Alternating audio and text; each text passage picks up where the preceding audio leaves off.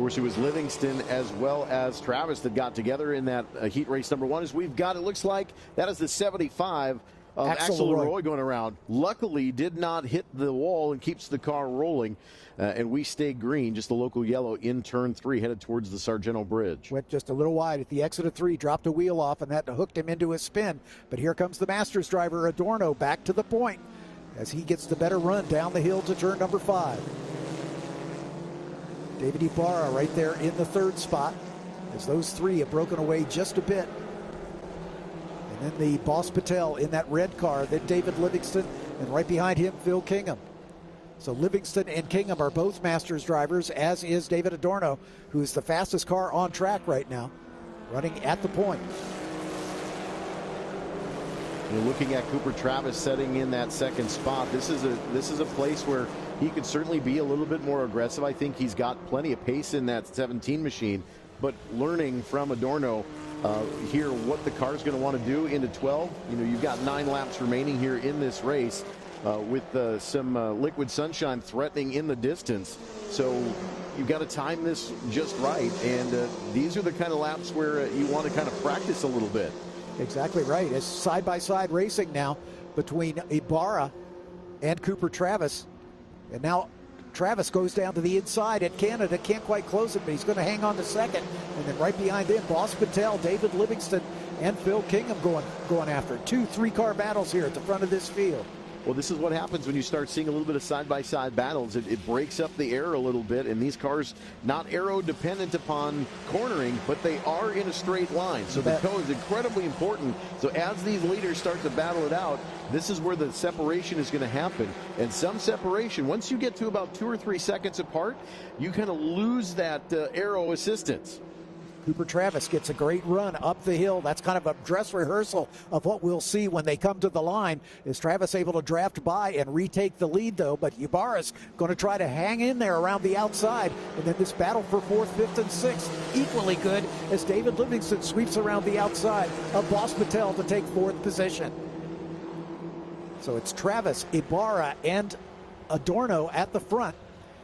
And then Livingston, Patel, and Phil Kingham in that 2nd group.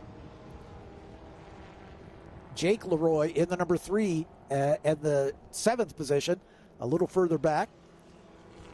But here comes Ibarra now at the front. But once again, Cooper Travis gets a great run down the hill. He's going to try to retake the lead. See a little bit of that extra fuel burn off on D-Cell going into 5. Travis takes a really defensive line up the hill into turn 6. That's going to compromise his exit here. Let's see what can happen here from the 2nd and 3rd place cars as Travis got a great run out of 6, even though that entry was fairly shallow. Yeah, but here comes Ibarra right back at him as they come down the hill toward 8. I wouldn't be surprised if Ibarra pops. Nope, he decides to stay single file. They're going to play nice with each other for a bit here and try to get a little more distance between that scrum of cars behind them because they want to fight this out between the 3 of them rather than have a 6-car battle for the lead. But we've still got 8 laps to go, or 18 minutes, whichever occurs first. Something to note there is even though that normally these cars run line of stern, as Ibarra pulls out side by side towards the kink. That's a little bravery there. Ibarra has no compunction about stuffing the car in there. He is a very aggressive driver, and these guys behind him are lining up and trying to catch up to this lead battle. We're going to have a 6-car train here very shortly as Travis once again to the inside locks up that right front wheel, but he's able to hang in there and stay in that 2nd spot. Travis is going to lose a little bit of momentum there. It's going to allow Ibarra to kind of skip ahead. Adorno going to try to tag right on the back of the gearbox of Travis as they come through Thunder Valley over the crest of the hill to 14. Adorno has his fellow Masters driver, David Livingston, right behind him in that orange car. As Boss Patel trying to hang in to the back of that. Patel has Kingham behind him. Kingham pops out early again, and there goes Livingston. He's going to pop out on Adorno as they work their way up the hill. 3 and 4 abreast across the line as they come down toward turn number 1. That's the highest point on the racetrack right there at start finish. Then they start back downhill here into turn 1. Travis is going to hang on to it. Ibarra sweeps into 2nd. Adorno still 3rd with Livingston right behind him. Ibarra was lucky to stay in the 2nd spot as the first, third through fifth cars all line astern on the straightaway. He was hung out to dry by himself. Think of the draft at a place like Talladega. It's the same concept here on these long Road America straightaways as they head underneath the Sargento Bridge. Through the section of track known as the Moraine Sweep as they head down into turn number 5. The best passing opportunity as Boss Patel making that car as wide as he can, trying to keep King up behind him. And there goes Ybarra into the lead once again. Those gator strips on the exit of 5 are certainly very rough. Another set here on the exit of 6 plus the grasscrete. Everybody really kind of minding their P's and Q's with the grasscrete. We haven't seen a lot of cars go 4 wheels off like we do in turn 5. Cooper Travis wants to lead this motor race. Every time he gets shuffled back, he goes for the lead at the next possible opportunity. Not able to get that done. As David Livingston now part of this battle, a 4-car battle. Patel going side by side with Livingston. So he's up to 3rd now. So Boss Patel making his presence felt right behind Cooper Travis. As Ybarra getting just a little bit of distance. Patel thinking about making a move into the King, but falls back in single file. Livingston with a good run here behind Patel. Cooper side by side with Ybarra. Cooper Travis now out front as they head towards Canada. Travis will lead him down into Canada corner. Ybarra right on his wheel tracks. And then Boss Patel, David Livingston, Phil Kingham. And then at the tail end is David Adorno weaving back and forth. I think Adorno might have some damage. I think he's trying to see if that car is solid as he is shaking it back and forth. And not just tire warming. It looks like he's concerned he might have some problems. So let's see if Adorno peels off into the pit lane here. Not sure if there was any contact, but they were pretty close quarters up at 5 and 6 last time through. Certainly possible that Adorno may have gotten some damage. Cooper Travis ducks to the inside. Patel on the outside, and splitting them is Ybarra. Ybarra decides to follow Patel. Livingston decides to follow Cooper Travis as they head down into turn number 1 side by side. Patel up to 2nd, trying to hang on the outside. Ybarra looking for which one of them to follow as they come down into turn number 3. Ybarra and Patel side by side, then Livingston, then Kingham. Great racing, man. You couldn't ask for better. Elbows out and elbows up here. Line astern, first 3 cars to the inside. Looks like Travis Cooper back to the point here as they come underneath Sargento.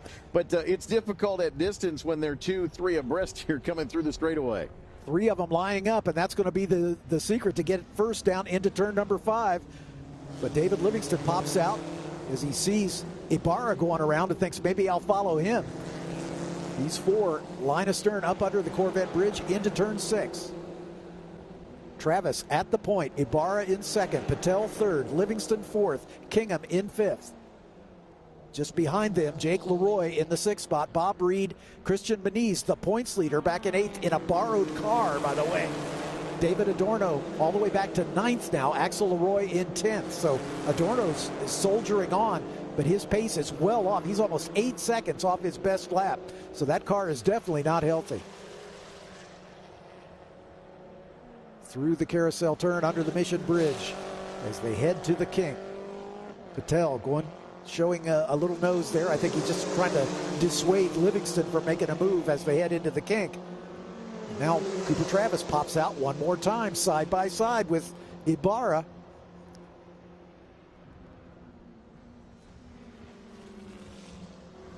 Pretty shallow entry there for Cooper Travis, but able to capitalize on that. It's really hard to keep your momentum on the exit at 12 there when you go shallow into the corner like that. But does that momentum cost him here at the end of the front straightaway? You don't think that 12 sets this up? Oh, yes, it does. There's a lot of momentum that you can build from 12 to 14. And Cooper Travis kind of in the place that you don't want to be coming to the start-finish line. And here's a good example why, is that toe is so important here on the Road America straight, especially coming to that checkered flag on that last lap. 5 laps to go here at the line. Ybarra popped out to see if he could get the advantage. Here goes Livingston, making it 3 wide. Livingston going for the lead here as he's going to try to go around Cooper Travis. Just behind them, great battling going on. Bob Reed, Jake Leroy going after it as they bend it in. Bob Reed in the 12, Jake Leroy just behind him in the 3 as we go back to the lead battle, and Livingston is now at the point for the first time. David Livingston Jr., our lead Masters driver as they run. with Ibarra right behind him. Then Cooper Travis seeing a flashing yellow light there indicating a yellow flag. Somebody may be off down at turn 5. Yeah, we've got a driver off. Yeah, you can see the guy getting out of the car, which is unusual, just before the Sargento Bridge. Yeah, just past turn 3. If the car is out of harm's way, there is a cut right there, and I would imagine he probably climbed across the wall or get behind the wall. They may leave him as a part of the race course, but there it is. Yeah, keep wisely back the car. The one advantage of having these F-1600 cars are fairly light, but able to get behind the wall will stay green. Ibarra at the point. Livingston now second. Cooper Travis in third. Boss Patel thinking about it, but falls back into fourth spot. Phil Kingham at the tail end of this group. What a recovery drive for Livingston, though. Oh, man, no with the kidding. trouble yesterday, he kind of got mired in the top 10, the back half of the top 10 yesterday, but Livingston having a nice comeback. Along with Cooper Travis, both of them had the contact in the 12 yesterday, and both of them racing for a podium spot here on this Sunday afternoon. Yeah, Livingston and Travis both ended up in the gravel trap at turn 6. And Livingston got the worst of that deal. And Travis able to take advantage of the late safety car to close up and make a podium finish out of it. Here comes Travis once again down to the inside, locking up that right front one more time. He's got a flat spot on that Hoosier tire for sure. And he'll have to contend with that the rest of the way. Not only the vibration, but the fact that once you get a flat spot on it, it wants to go there every time you jump on the brake pedal. Makes that flat spot even worse.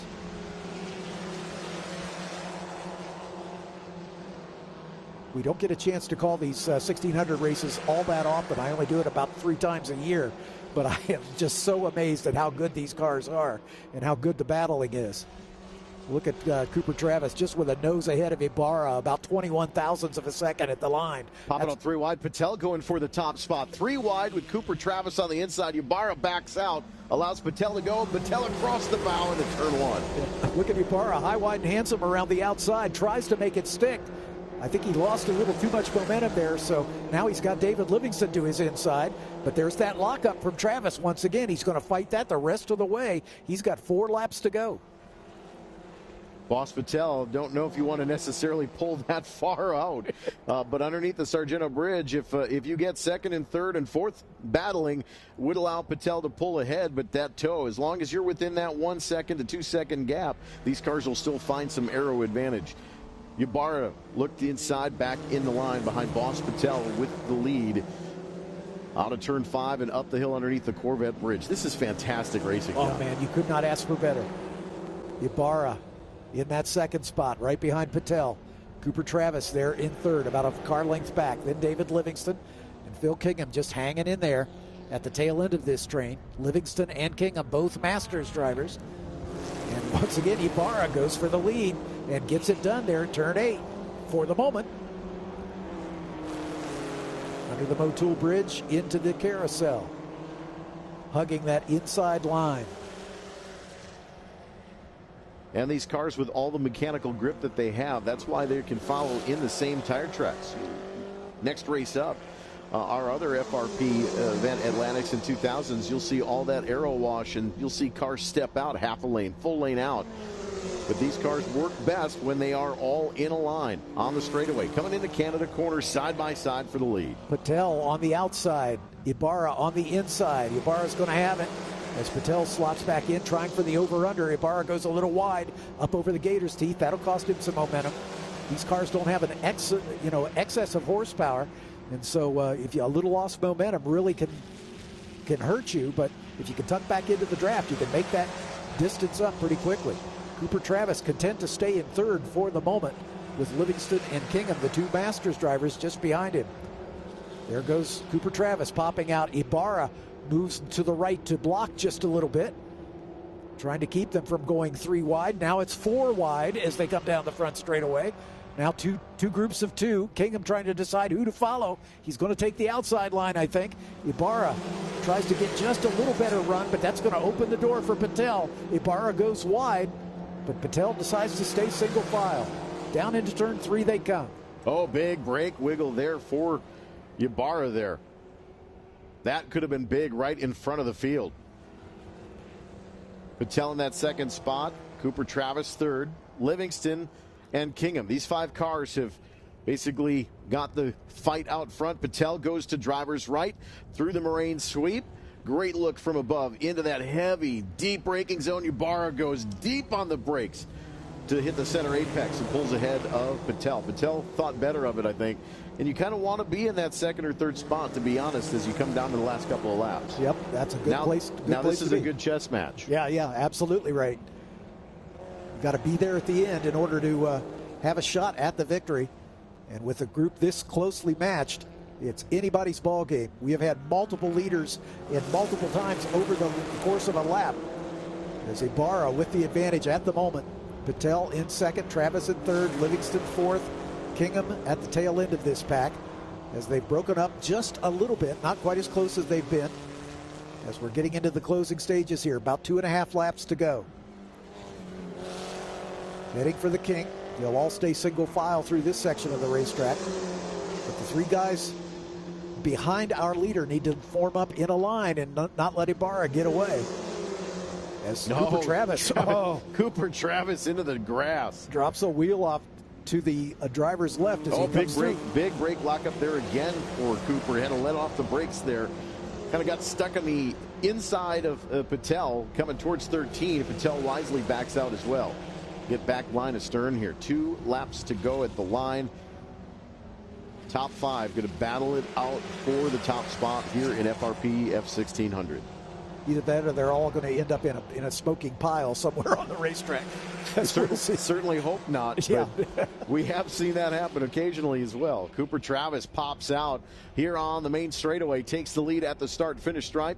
Ybarra will settle into the second spot. Patel third, Livingston and Kingham as they operate. That was a great dress rehearsal for the run to the line. Indeed. You do not want to be at the front in that run up to turn 14 unless you are confident that you've got enough momentum to be able to stay in front. Usually second or third can pop out and make it 3 wide at the line. Road America is famous for photo finishes as that uphill run to the stripe really settles them down in that last run off the final corner. Tell you in that last shot coming off of 14, you see how much suspension travel these cars really do have, and out of the exit at turn 1 as well. Cooper Travis, your leader, into 5, shallow entry with that flat spot on the right front. He's got to be careful about going deep on the pedal, but stays to the left. Boss Patel tries to go to the outside the long way around, settles back into line with Ybarra third, Livingston and Kingham. But Cooper Travis in the lead right now. They'll be coming to the white silk. A lap and a half to go here. Travis in the spectrum. Boss Patel in a Piper as they work their way around. Actually, Patel, one of our Canadian drivers, he is not in a Piper. I think he's in a borrowed car. So Patel... No, they say he's in a Piper. Okay, we'll go for it. But Travis at the point, then Ybarra, then Patel, then Livingston, and then Kingham. Just dropping off the back of this. Phil's a pretty knowledgeable guy. He may be just biding his time, waiting to play his card as we get to the final lap here. Well, Cooper Travis right there through the kink went shallow through there as well, but it cost him momentum. And you see Ybarra pop out on the way to Canada Corner. He'll have to go the long way around with Travis again on the inside. Ybarra turns in, but Travis is still there. Patel sticks the nose in on the exit of turn 12. But Cooper Travis right now is running the race of his life after yesterday, coming back to the top 3 in the podium area. Late in the going yesterday after getting spun, getting the yellow benefactor, and now racing at the front here in F-1600, coming to the white silk. Now watch this procedure as we go up the hill. They're going to stay in line this time. They don't want to play their hand because they know what they're going to do next time we're doing this. But Ybarra and Patel thought better of it, and everybody jumped to the outside lane.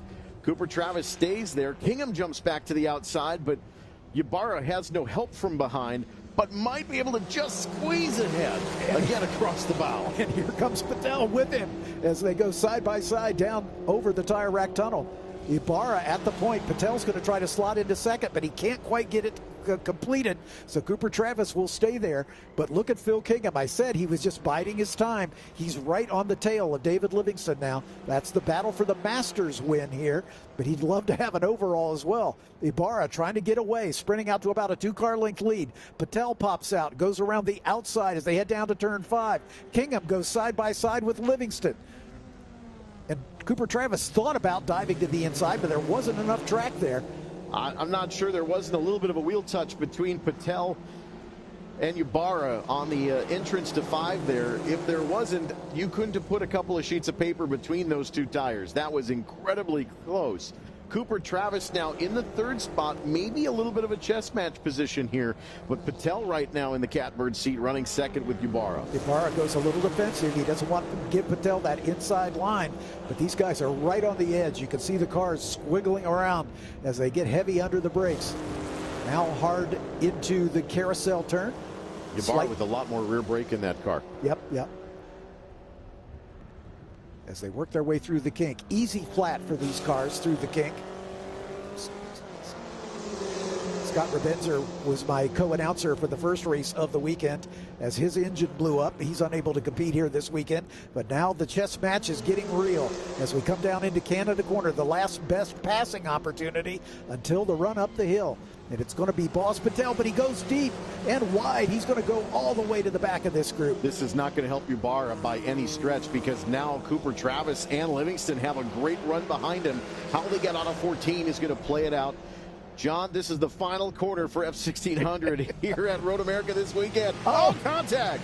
That's going to hurt Cooper Travis's chances here. Yeah, Livingston got into the back of him and got the nose up off the ground. And here comes Boss Patel trying to recover as they come to the line. It's going to be David Ibarra by half a car length over Cooper Travis. He couldn't pop soon enough to get that done. Like you said, that little contact hurt his momentum as they work their way down toward turn 1 on the cool down lap. Ibarra, your victor, by 72 thousandths of a second over Cooper Travis. Boss Patel brought it home 3rd, about a 1.5 seconds behind them. David Livingston just 13 thousandths behind Patel. Phil Kingham, a 1/4 second behind Livingston. Christian Muniz, we've been talking about him all week with that borrowed car, salvages a 6th place finish in the final race of the weekend. Jake Leroy comes home 7th, Bob Reed in 8th, Axel Leroy in 9th, and Greg Peluso rounding out the top 10, as those 10 drivers are the only ones on the lead lap at the end of the race. David Adorno retired early after that contact. In the 33 car, Jack Haydu only made it 4 laps. I'm going to catch my breath for just a moment before we crank it up again for the Formula Atlantics and the F-2000s for our final race of the weekend. But what a fantastic F-1600 race. It never disappoints. That's the way we want it every single time in F-1600. We love those 2-3 wide finishes. Yep. Maybe didn't get the absolute perfect photo finish today, but how about Cooper Travis, though? That was a great drive all weekend. Exactly right. Yeah, he's really done a great job. Cooper Travis came into this weekend 3rd in the points, and he's going to make up some ground. Muniz is going to be at a disadvantage, again, because he's in the borrowed cars. These drivers, Christian Muniz among them, from Canada, had trouble getting their cars across the line into the U.S., and so a lot of borrowed race cars here for the drivers coming down from north of the border. As Scott Rebenzer and John Farmer did not take the start on this. And a tough break for David Adorno as well. No kidding. He was right in the thick of that battle, but obviously had some contact. We saw him weaving the car back and forth, apparently suffering some suspension damage, and he had to retire.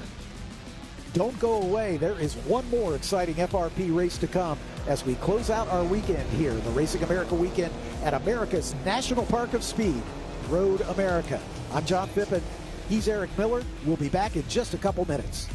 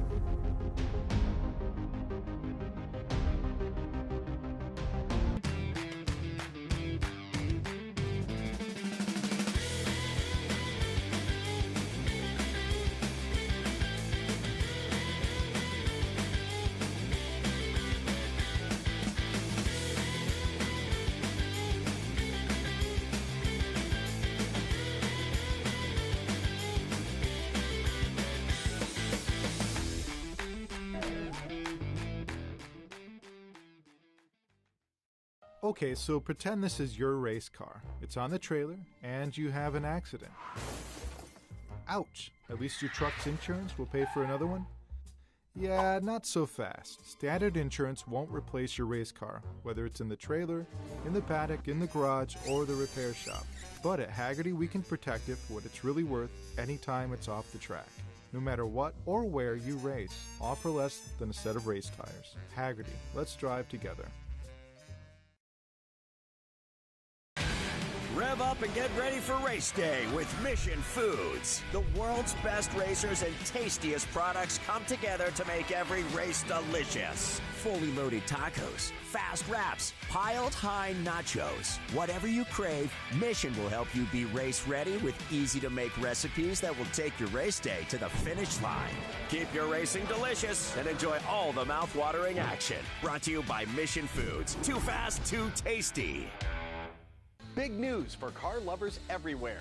Now you can get Next Gen at your local O'Reilly Auto Parts store. Every Next Gen formula is built with advanced ceramic technology, and that means a deep gloss finish, serious protection, and long-lasting durability for your paint. World-class racing teams trust Next Gen to protect their race cars under the toughest conditions. And you can trust Next Gen to protect your car every day. Find Next Gen ceramic protection at your local O'Reilly Auto Parts.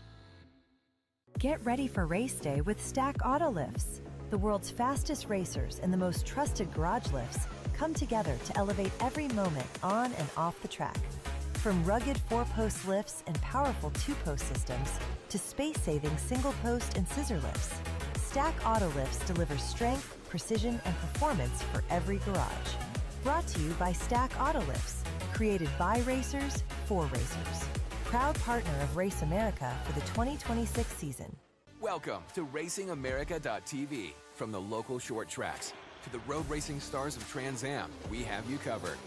Subscribe now for live access to over 200 grassroots races streaming all season long. Watch anytime, anywhere on your phone, tablet, or TV apps. Get a 10-year archive of grassroots races, plus behind-the-scenes NASCAR team coverage. And when the spotlight turns to Trans Am, Racing America brings you front-row access to the action. This is racing at every level. This is Racing America.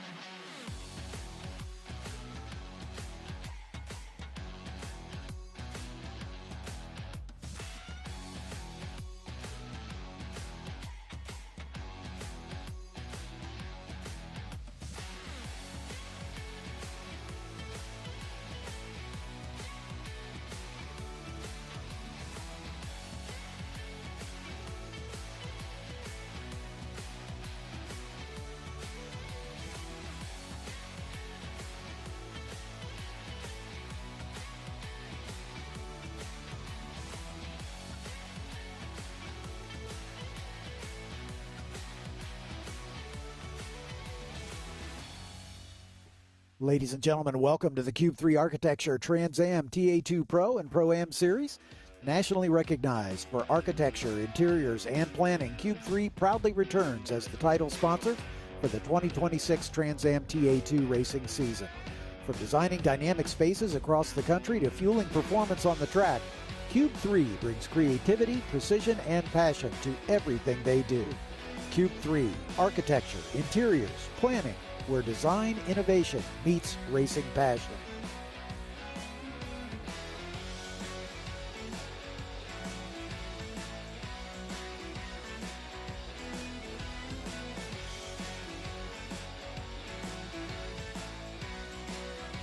Pirelli is a dominant force in global motorsports, serving as the exclusive race tire supplier for Trans Am and International GT.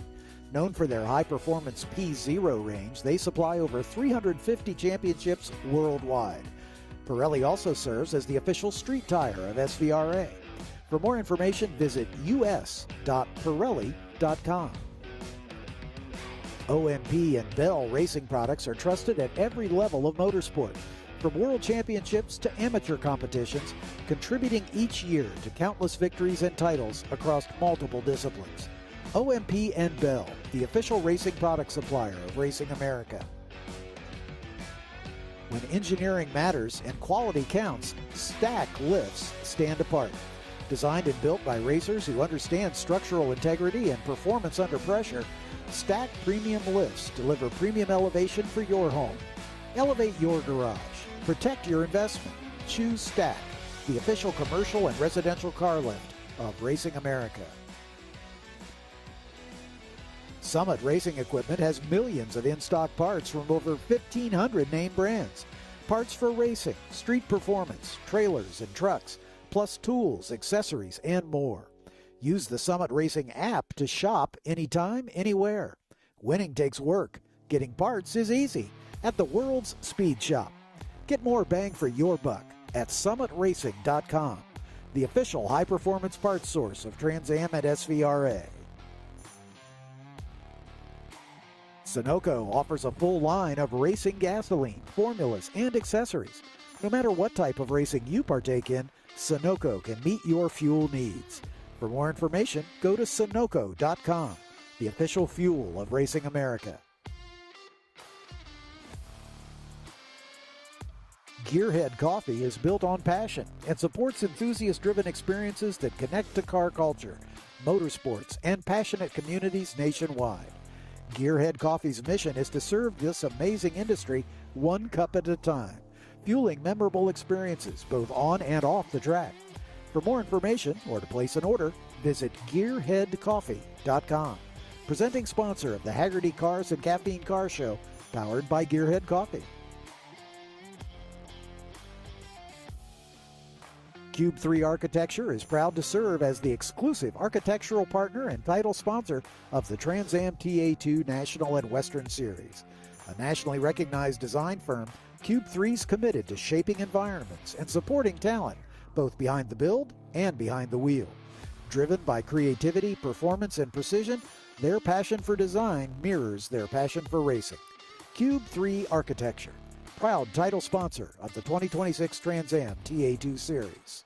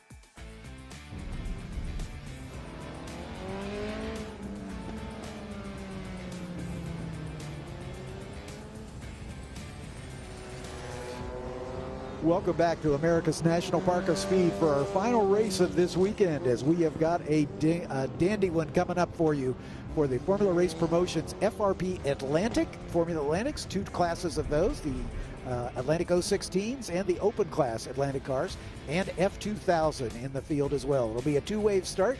The F-2000s at the back with the Atlantic cars at the front. Lucas Fink will start at the back in the number 11 in 14th position. That's a 2017 Ligier F4.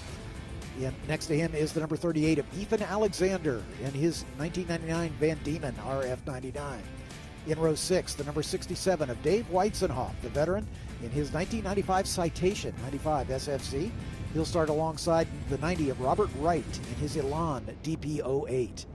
Row 5 has the 03 of Carter Sheets in his Van Diemen F2000.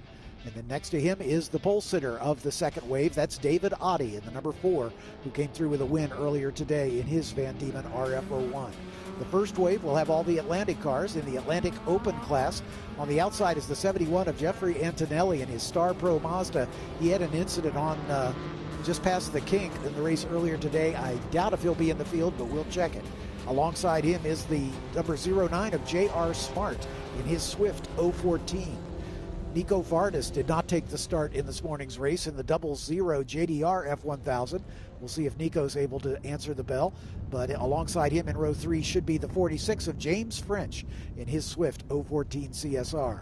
In row 2 on the outside, the number 7 of Alex Lima in the Atlantic Open Delara Formula 3. The top 3 qualifiers are all from the Atlantic 016 class in the Swift 016s. The 06 is Harbor Das, who also had a problem at the end of the race this morning. We'll see if Harbor's in the field. And on the front row, the number 68 of John McAleer in his Swift, and Dudley Fleck, the pole sitter, in the number 74. There's Harbor Das, so he is in the field. So we'll sort them out as they come around. It looks like we've got the 3 Swifts at the front. Dudley Fleck, John McAleer, and Harbor Das, and then the F2000s behind that. So it looks like we are not going to see James French or Nico Vardis, or J.R. Smart for that matter. David Oddie in that yellow number 4 at the front of the F2000 wave. Carter Sheets, Robert Wright, Dave Weitzenhoff, Ethan Alexander, and Lucas Fink in the final car. So I can see Carter Sheets there. I can see Dave Oddie there. Then there is Robert Wright, I believe, as the top 3 behind the safety car.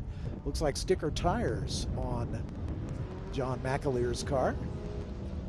Either that or he's got rain tires on. I'm not sure which.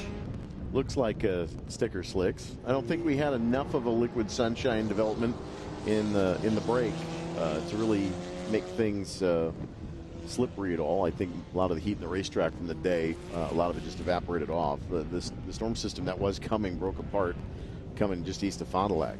Ethan Alexander's there, the 90 of Robert Wright in the green 2000. And then Fink bringing up the rear in the Ligier F4.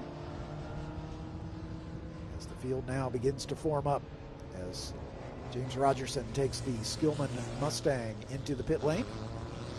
And the first wave climbing the hill to come under the attention of the starter. Our final race of the weekend, the feature race for Formula Atlantic and F2000. I'm John Phippen alongside Eric Miller, the voice of Road America, as we'll bring this final race to you. And there's the green. And here we go again. These two have had a great battle all season long, all weekend long. Dudley Fleck and John McAleer side by side. Fleck on the inside, McAleer on the outside. Fleck will take the lead. Coming into turn number 1, Harbor Das in the orange 06 now challenging McAleer. He's going to go for second spot here in the early going. Meanwhile, our Formula 2000s, Carter Sheets trying to get around the 4 of David Oddie. Oddie, no stranger to Road America from the Elkhart Lake area himself, but Oddie coming away with a couple of heat race wins in class. Had pulled off earlier today as well. Big brake lockup looked like from Dudley Fleck there. Yep, Fleck with a big lockup down into turn 5. McAleer not following him through, and Harbor Das a little impatient trying to get around McAleer and try to go with Dudley Fleck.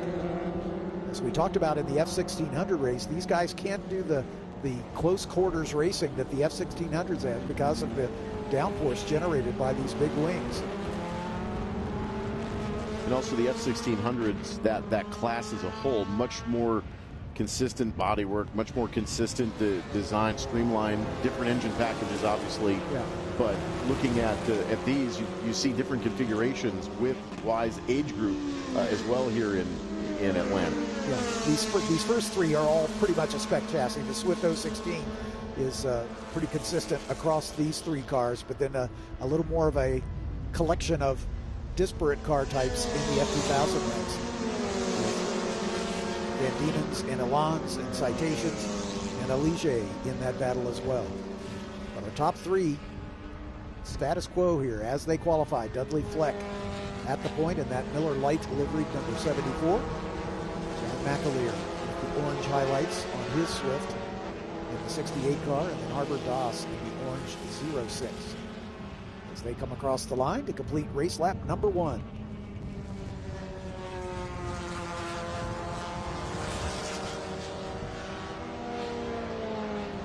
As they bend it down into the first turn, there's a good shot of Harbor Doss. Back to the front with Dudley Fleck. As the F-2000s come by the line, it is David Oddie at the point in the yellow car. The red is Carter Sheets. The green is Robert Wright. Ethan Alexander in the gray car behind him. Lucas Fink at the tail end. Elige F4 car. Fink has not yet. Yeah, he has. He's come by, but he's already a ways behind this lead battle. Oddie and Sheets leading the F-2000s. And the airbox is on the right-hand side to the driver. For these cars, but Carter Sheets deep on the brakes, almost making a little bit of nose-to-tail contact there. Sheets a little bit late on the brakes following Oddie, just trying to stay there. Sheets and Oddie both in Van Diemen's. Sheets 2 years newer. It's a 2003. Oddie's is a 2001. Robert Wright in the Elan DPO8 USF 2000 car from back in the day. Ethan Alexander in another Van Diemen. His is a 1999, the oldest of the Van Diemens in the field. So watch this F-2000 battle at the point. Oddie and Sheets closest in formation as they come off the carousel turn under the Mission Fleets Bridge and into the legendary kink here at Road America. Winding their way through Kettle Bottoms, the run down toward Canada Corner. The race at the front, pretty much status quo. Fleck, McAleer, and Doss not in real close contention. McAleer is about 3/10 behind Dudley Fleck and just set the fast lap of the race from second position. But this battle for the lead in F-2000, the most compelling on the track right now. I'm going to do my best Ben Sissel impersonation right now. Okay. And I'm going to say there's a question in the stream chat that says, how long before TA Sprint? Well, we made the executive decision on Wednesday earlier this week. We moved that race to yesterday afternoon. Yeah. So that race was scheduled for around this time in the original calendar schedule, but we moved that to yesterday afternoon. It ran just prior to the 6 o'clock hour yesterday. Yeah, our apologies for that. There was a late change in the schedule. And the TA Sprint race that was scheduled to be at the end of the day today was moved to the end of the day on Friday. So unfortunately, that race has already been run, but you'll find it on the Racing America YouTube channel. You should be able to watch it there. Ooh, Dave Oddie, a big moment just going into turn one while we were kind of going through that. Just happened to see that off the main screen here. But, boy, a big moment for Dave Oddie. Running fourth overall in the race, but under braking into turn one. Had a little bit of an oversteer moment and settles in the second spot as Sheets has gotten around him for the lead in F-2000. Battle climbing up into turn 6 now as they exit 6, head down toward turn 7. And the downhill plunge through Hurry Downs down to turn 8. One of the better passing opportunities on the racetrack. These two getting away from the third place runner, Robert Wright, in at number 90. There's Robert as he goes a little drift through turn number 8. Ethan Alexander giving chase. 4th of this 4-car battle. There's a shot of the Ligier. Lucas Fink. Tail end of the parade at the moment. Alex Lima was in the field in the earlier races in that Dallara Formula 3 car, and it was great to watch. It was very fast indeed. As Adi is gradually reeling in Carter Sheets. So this battle at the front of the F-2000 wave is going to be rejoined here before too much longer. Adi's been fairly consistently faster than Sheets this weekend, but Sheets did happen to get in front of him early in the weekend and then had the mechanical issue. Yeah, rolled to a stop right at the pit entrance. Right at the Mazda gate there. Yeah, right at in the first race of the weekend. Adi's got a good run here as he tucks into the draft. A little more draft available for these F-2000 cars than for the Atlantics. As the wings not quite as well developed, so they don't generate quite as much disturb there.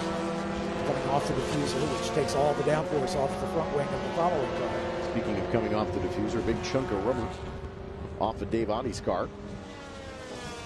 Pick that up from, I'm sure we've had a lot of racing here this weekend. Trans Am, Q3 Architecture TA2 series racing with us. We've had International GT with 4 races, including a 1-hour enduro. So lots of different race cars on the track. It's been a packed weekend. Yeah, we've had lots going on. Adi the long way around into turn 5, and I think Carter Sheets being patient here. Adi almost overdrives the entry to turn 5 as well, up the hill underneath the Corvette bridge to the blind, crested 6. So Adi back to the point. Carter Sheets content to tuck in behind him. He knows we've got lots of racing left to go. 10 laps or 19 minutes, whichever occurs first. If we stay green, the laps will easily be completed. But of course, keeping one eye on the weather radar, as there was a threat of a shower just between these 2 races. In fact, we sort of accelerated the start of the F-1600 race because we felt the showers were coming, but fortunately they sort of dissipated. We had just a couple sprinkles, and then it's been dry ever since. So fingers crossed, we'll stay dry the rest of the way here. As Carter Sheets has got to run through the kink. He is now trying to decide whether to dive to the inside at Canada Corner, and that's exactly what he's done. Adi will be as late on the brakes as he dares, but I think he's going to decide discretion, the better part of valor at this stage of the race, and he'll let it go. Again, that pass set up in the exit of turn 8 already on the entrance to the carousel, coming back down to turn 12. So Sheets back to the point of F-2000. Adi back to the 2nd spot. And this is for 4th and 5th overall in the motor race. Right, but for the lead in their class. Robert Wright, they're in 3rd in the F-2000, saying, you know, you guys get side by side a little more because that'll give me a chance to catch up. Adi tucks right into the draft of Sheets as they stay on the racing line. Sheets ducks to driver's right, trying to block that inside pass. But that's going to compromise his exit, and Adi can do the over-under. Looked like Adi did not feel comfortable under breaking into turn 1. He lost a lot of momentum there. He stays with it as they exit turn 3. We've got a couple cars drop a wheel off there at the exit of 3 and find that concrete barrier off onto the left of your screen there. As they come under the legendary Sargento Bridge. Down the hill into the Mission Foods turn 5. You're welcome, Ben. As they come down into turn 5. We give Ben a hard time because he is one of the hardest working people in the business, I tell you. There's no question. Ben Sissel, who's one of the PR people and a co-commentator with me for a lot of these races. Ben doesn't have a lot of open wheel experience, so he turns it over to Eric for to be my sidekick, my co-announcer on these Formula Car races. But Ben is here on Tuesday putting all those brake markers out and hanging banners and flags and all sorts of other things. So we try to pay homage to our sponsors here at Racing America. Our Mission, of course, is sponsor of the beach outside the carousel here. And it's great having Juan here this weekend. I know he loves racing here. Yep. Juan Gonzalez, the major domo at Mission Foods. racing in his Porsche in International GT. Good shot of Ethan Alexander as we come down into the next gen Canada corner. Carter Sheets comfortable at the front of this battle. Don't want to forget our Atlantic friends. Dudley Fleck still the leader by about a tenth of a second at the line. John McAleer just reset fastest lap of the race. Harbor Doss is about 6 seconds behind those two. So it's a pretty good two-car battle at the front of the Atlantics. And here that is. Great job, Cam, as our director makes that decision. They are catching up to the back of the F-2000 field as Lucas Fink about to go a lap down.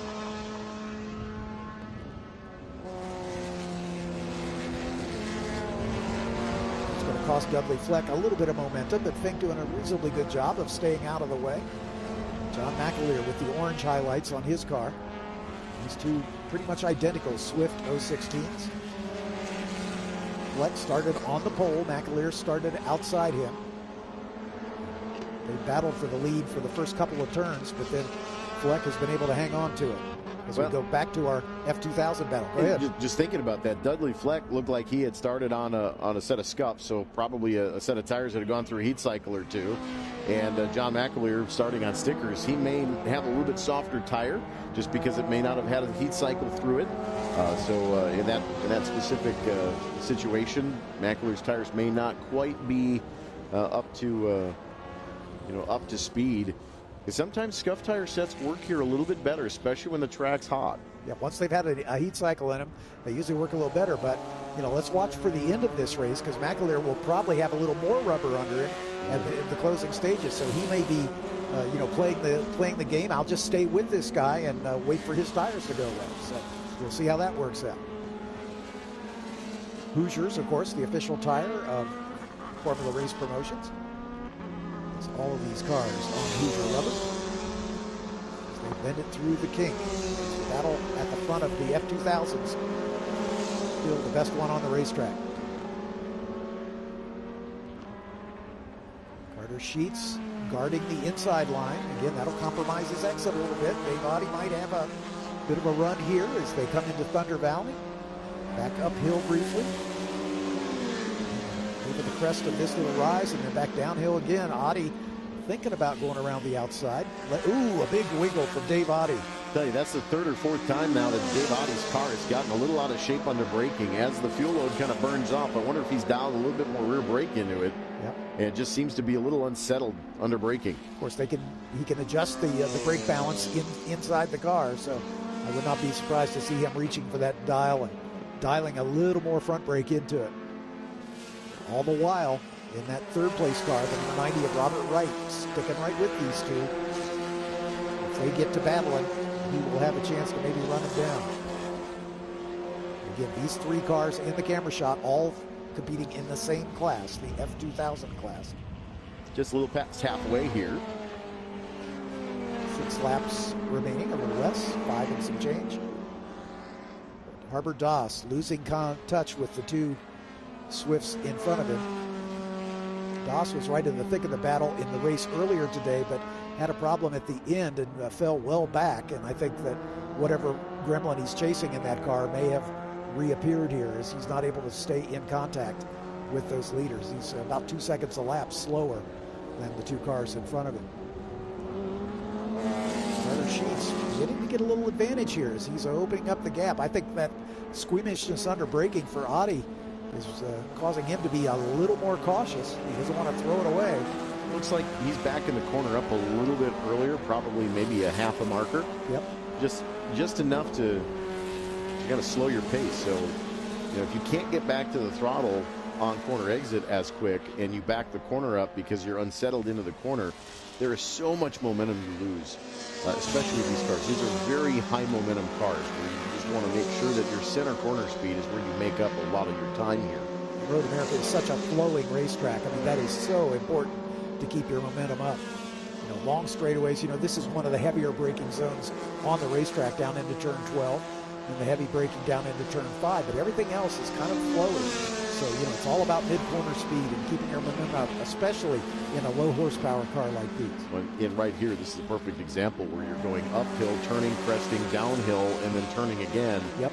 It is just like a roller coaster. And I know you've got corners like that at Mid-Ohio where your home track is. And both of these two tracks, I mean, specifically Mid-Ohio and Road America, the racetracks, when they get into that flow state, it is incredibly important just to be able to make sure that you're staying on the power a lot, because there's a lot of load transfer that occurs, especially late in the race as the fuel load burns off. These tires, like we said, John McAleer's got a fresh set of rubber on with stickers. How's that going to pay dividends at the end? He's lost quite a bit of ground, but Dudley Fleck locks the brakes up going around your F-2000 leaders. Yeah, the former Atlantic, the 016 Atlantics, catching up to the back of the F-2000 battle and now passing the leaders in F-2000. So these two drivers, the battle we've been watching, are now a lap down to the lead of the race. McAleer trying to find a way around as here comes Audi once again around the outside down into turn 5. And he's going to try to stick there as they go up the hill. As John McAleer's like, guys, come on. Give me a break. Just let me get through. Give me a hand here. Then you can go back to your battle. Okay. You couldn't have done that a half a lap ago. Yeah, McAleer's saying, now I got to work a little harder to catch up to Dudley. And that was probably, he caught your F-2000 leaders at probably the worst spot, where Dudley Fleck going into turn 3 minimized the damage there. Yep. So Carter Sheets hanging on to the lead here. As our leader Dudley Fleck into the carousel. He's Swift, former Atlantic's, really one of the greatest open wheel cars ever built. They are just so flowing and beautiful in their design, and so very, very fast. Heyday of former Atlantic, back when the Toyota power plants were popular, and those are very, very hard to find. Down into Canada corner, and it's Audi once again trying for that move. Oh boy. Carter Sheets locked them right front up and then made the turn in, and I think Audi kind of saw that coming and pedaled back a little bit. But here again, changing the lines, trying to cross over, and Sheets changing lanes a bit in the center of the corner in 14. Yeah, Sheets being a little defensive. I think he's aware of the pressure that Audi is piling on him. And amazingly, here comes Harper Doss. He's finally going to work his way past this lead battle. He should have the straight line advantage here on the straightaway to be able to get that pass done before they get to turn 1, as he pops out and accelerates by. And Audi says, I'll take that. I'll use a little of that draft. Can't quite take advantage of it. What amazes me is the size differential between these two categories. Exactly. Too. And it's glaringly obvious when they're in that tow situation down the straightaways here at Road America. But Carter Sheets doing a good job, though. I mean, he's running the defensive line. He's doing exactly what he needs to do to stay out front. Obviously trying to minimize the damage points-wise from the mechanical break on Friday afternoon.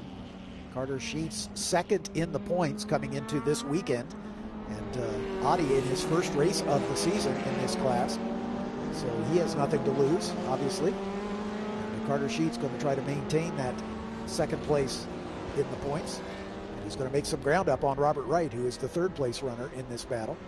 There's Harper Doss at the bottom of your screen in the turn 8, just in front of his Formula 2000 battle. Just 3.5 laps remaining here. Turn 8 into the carousel one more time under the no-code bridge. Both of these cars towing the line on the inside of that carousel turn. And a little short shoot here and then into the kink. And one of the cars in the Atlantic Open class have a mishap here at the kink in the earlier race. Jeffrey Antonelli in his... we've had an incident in turn 2. And I think that's Fink in the Ligier has looped it at the top of the hill there at turn 1 and made contact with the barrier, and you can see damage to the left rear corner. That will definitely bring out a safety car here. I'm saying definitely. I would assume it will bring out a safety car. And with only 2 laps remaining when they cross the line, this one may end up behind the safety car, and full course yellow has been called. See the 15 flag station there. The Flagtronics light panel flashing FCY, indicating full course yellow.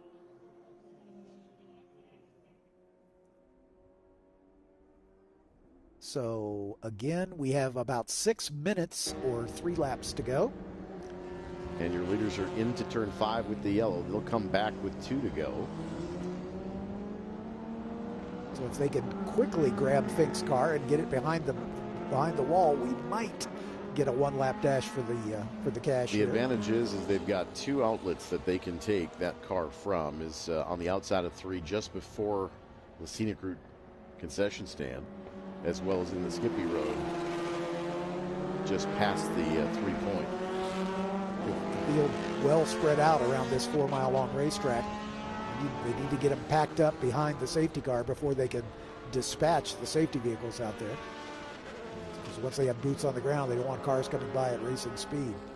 As we go back to the front here, Harbor Doss is saying, thank you very much. I can use this safety car right about now. Well, that's just the thing. Is I don't know if we're going to be able to go back to green. But if we do, McAleer's fresh tires now. Yep. With the heat cycle that's going to cool a little bit. Yep. McAleer now kind of in that prime opportunity, but is going to need this cleanup to go much quicker than I think we like.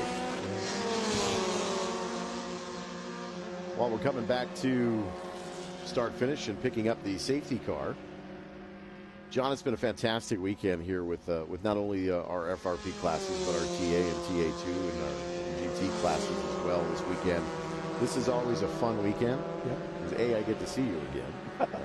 We love working together. Yeah, we get to work together quite a bit. Yeah, and this is a fun weekend because it is a little bit, and this is not a negative in any way. This is a little bit more of a laid-back weekend. After last weekend having IndyCar here, I know you're headed to an IndyCar weekend. I've got IndyCar up. next weekend. This is, I mean, for those of you that are obviously well versed in motorsports, this is not a news story, but IndyCar weekends have a tendency to be very mind-heavy. It's a lot of very cerebral coordination with a lot of different coordinating factors. Lots of moving parts.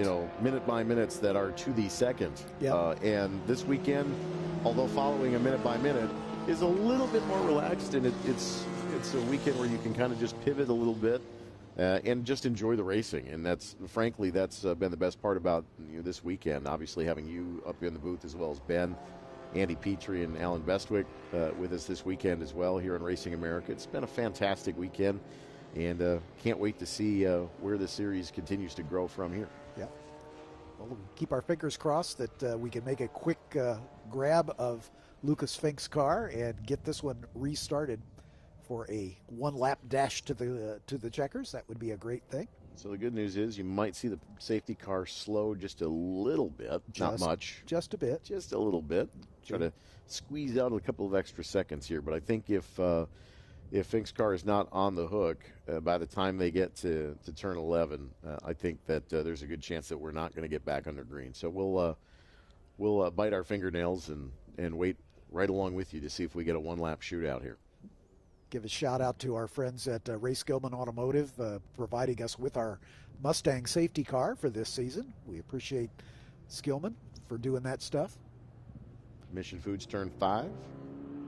Getting hand signals from Tom Light that we may not be going back to green. That seems to be the consensus that we're hearing on race control, but hope springs eternal. We'll keep our fingers crossed. The recovery crew here at Road America are some of the best in the business, so they might be able to get it done. James Rogerson, our safety car driver, I want to give a shout out to James. He's one of my best friends in our paddock. He's checking the grip level right now because I think we have a little bit of sprinkle out there. So that may be it. He was just, I think, checking grip level on power. So he can report that to the tricky. What's going on here? A little bit of a brake check, I think, coming into turn 8, maybe. Yeah. I think not everybody recognizing that there is a little bit of potential moisture out there. Either that or race control got on the horn to the safety car driver and said, hey, pick up the pace. We're going to go green. Yep. So we'll see. Usually the lights click out at about the kink. So we'll keep an eye on the light bar as we are not in direct radio communication with race control.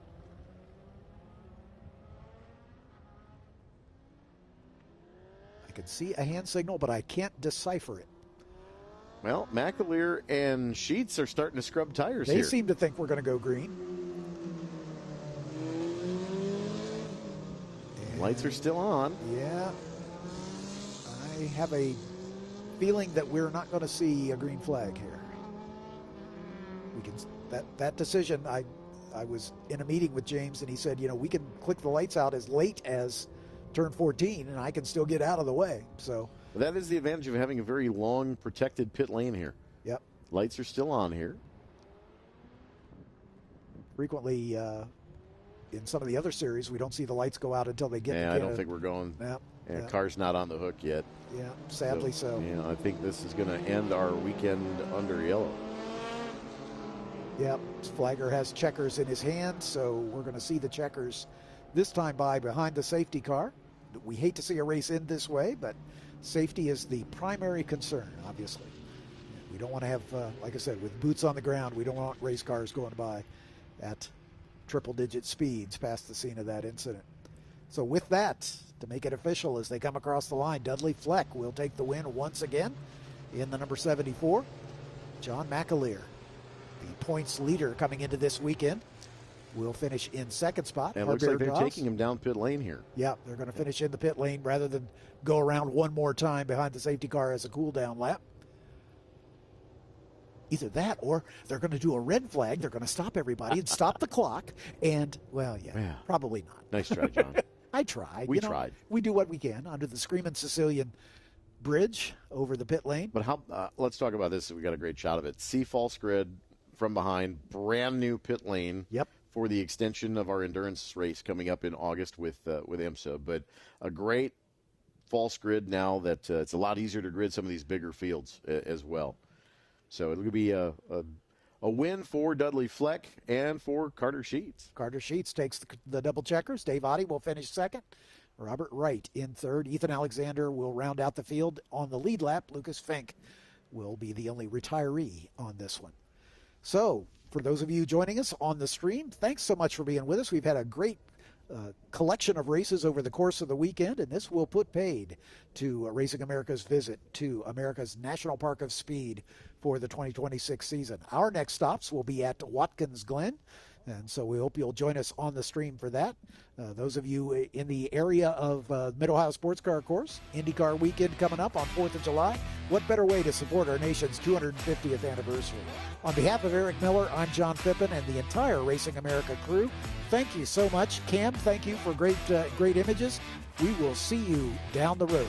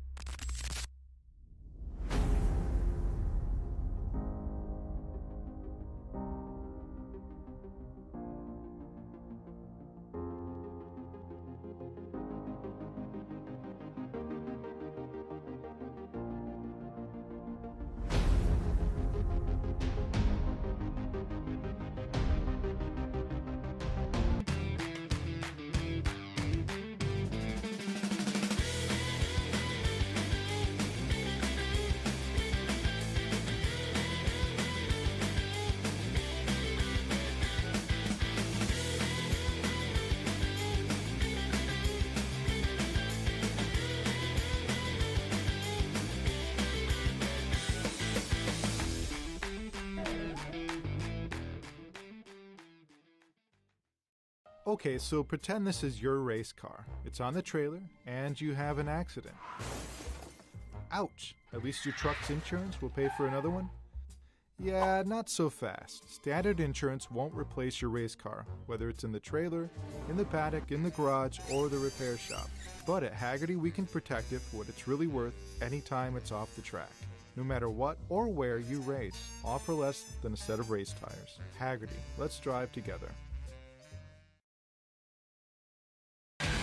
Rev up and get ready for race day with Mission Foods. The world's best racers and tastiest products come together to make every race delicious. Fully loaded tacos, fast wraps, piled high nachos. Whatever you crave, Mission will help you be race ready with easy to make recipes that will take your race day to the finish line. Keep your racing delicious and enjoy all the mouth-watering action. Brought to you by Mission Foods. Too fast, too tasty. Big news for car lovers everywhere. Now you can get Next Gen at your local O'Reilly Auto Parts store. Every Next Gen formula is built with advanced ceramic technology, and that means a deep gloss finish, serious protection, and long-lasting durability for your paint. World-class racing teams trust Next Gen to protect their race cars under the toughest conditions. And you can trust Next Gen to protect your car every day. Find Next Gen ceramic protection at your local O'Reilly Auto Parts. Get ready for race day with Stack Auto Lifts. The world's fastest racers and the most trusted garage lifts come together to elevate every moment on and off the track. From rugged 4-post lifts and powerful 2-post systems to space-saving single-post and scissor lifts, Stack Auto Lifts deliver strength, precision, and performance for every garage. Brought to you by Stack Auto Lifts, created by racers for racers. Proud partner of Race America for the 2026 season. Welcome to RacingAmerica.tv. From the local short tracks to the road racing stars of Trans Am, we have you covered. Subscribe now for live access to over 200 grassroots races streaming all season long. Watch anytime, anywhere on your phone, tablet, or TV apps. Get a 10-year archive of grassroots races, plus behind-the-scenes NASCAR team coverage. And when the spotlight turns to Trans Am, Racing America brings you front-row access to the action. This is racing at every level. This is Racing America. Fell back from there, but got a little bit of pace back towards the end, so I was hoping for a restart, try to battle, but ended how it ended. All right, great. Come on up here and grab your stuff over there. And we have a special treat. We are in the cheese state. Get to wear that around your neck, too. John, Mr. McAleer. I bet you were hoping for a shootout restart there. I would have taken it, but they had us kind of all day. This morning we were right there, and some weird stuff happened. But this afternoon it was more just cleaner out there. And I kept in touch with him, and then we got into some traffic, and then he checked back out, and that was pretty much it. It was over, and then a yellow came out and whatever. But the race was already over at that point. All right, it was good to see you back. Good to be back. Grab your stuff here, and don't forget your special cowbell. No, that's first. He's second. This one over here. I'll take his bell. No. Dudley will fight you for that. All right. Mr. Dudley Fleck. Pole position, and you look like you were just had the radio on and were just cruising around and having a good time. You might have been a little concerned about John, but sure didn't look like it from watching the video. Yeah, John keeps me honest. He's got a knack of keeping me honest, so keeps you on your toes. You got to hit your marks, but you got to thank Cahill for always putting together a great Formula Atlantic car. And Hoosier's tires this weekend were phenomenal, especially when they had to deal with the Trans Am rubber. They held up great, and we were in the 59 flats the other day, and I was hoping to be able to duplicate that, but the weather didn't cooperate for us. But all in all, successful weekend, thanks to Land Power and Cahill and our engineer, Tonis Kasimits, and Mike Duncan, the crew chief, and all the whole gang at Cahill. All right, great. Jump up, let's get some photos. And like always, big shout out to Hoosier! Yeah, Hoosier! And of course the teams. Without the teams working there, you know what's off. These guys wouldn't be up here. And family support, super important. All right. The Atlantic 016, the big guys, yeah!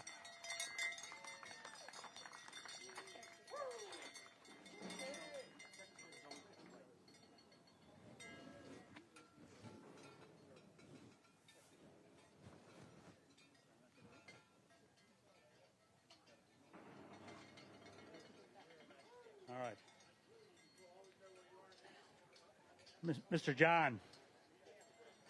We're doing a double podium here. John, you demoted yourself to an F-2000. Uh-oh.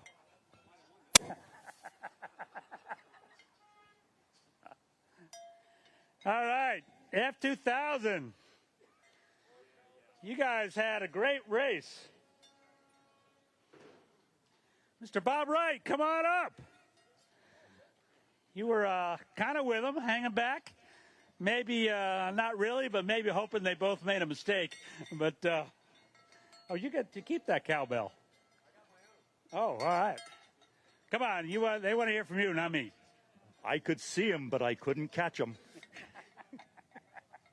Yeah, the only way I was going to get there is if I had a mistake, if they made a mistake. And they made a couple, but they weren't enough. All right. Grab your third place trophy over there. All right. Mr. Dave Oddie. Wow, was that a fast? You two guys, you and Carter, come on up at the same time, kind of. You guys were having, I thought you guys thought you were 1600 drivers the way you were battling out there. Seemed like it. Close as we were.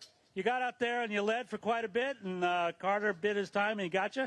But we especially enjoyed you trying to draft the 016 when he came by. That was pretty clever. Didn't quite pull it off, but come on, tell us how it was. It was really good racing. Hats off to Carter. You ran a good race. Thanks to my team, Built Better Racing, Mark and Eric. Thank you very much. Thank you for being a great sportsman out there. Great. All righty, Carter, you've been up here in the first place quite a few times, and it's great to see. So tell us, come on, give us some bunch of stories and try and be truthful. It was great. It was a fantastic battle. He was drafting me down the straight into Canada every time, and I was afraid that one of those laps he was just going to get by me. But I'm thankful to be able to hold my own there. I'd like to thank my coach, Jim, my engineer, Rick, my mechanic, Andrew, and my dad, Hoosier Tire, and then FRP for putting on a fantastic championship. All right, well done. F-2000, you guys put on a great show. Yeah.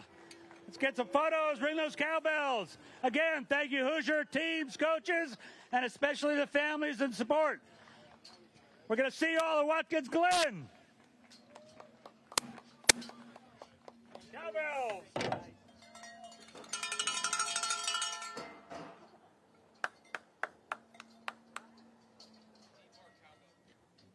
More cowbell? More cowbell. That's a wrap at Road America. Thank you all.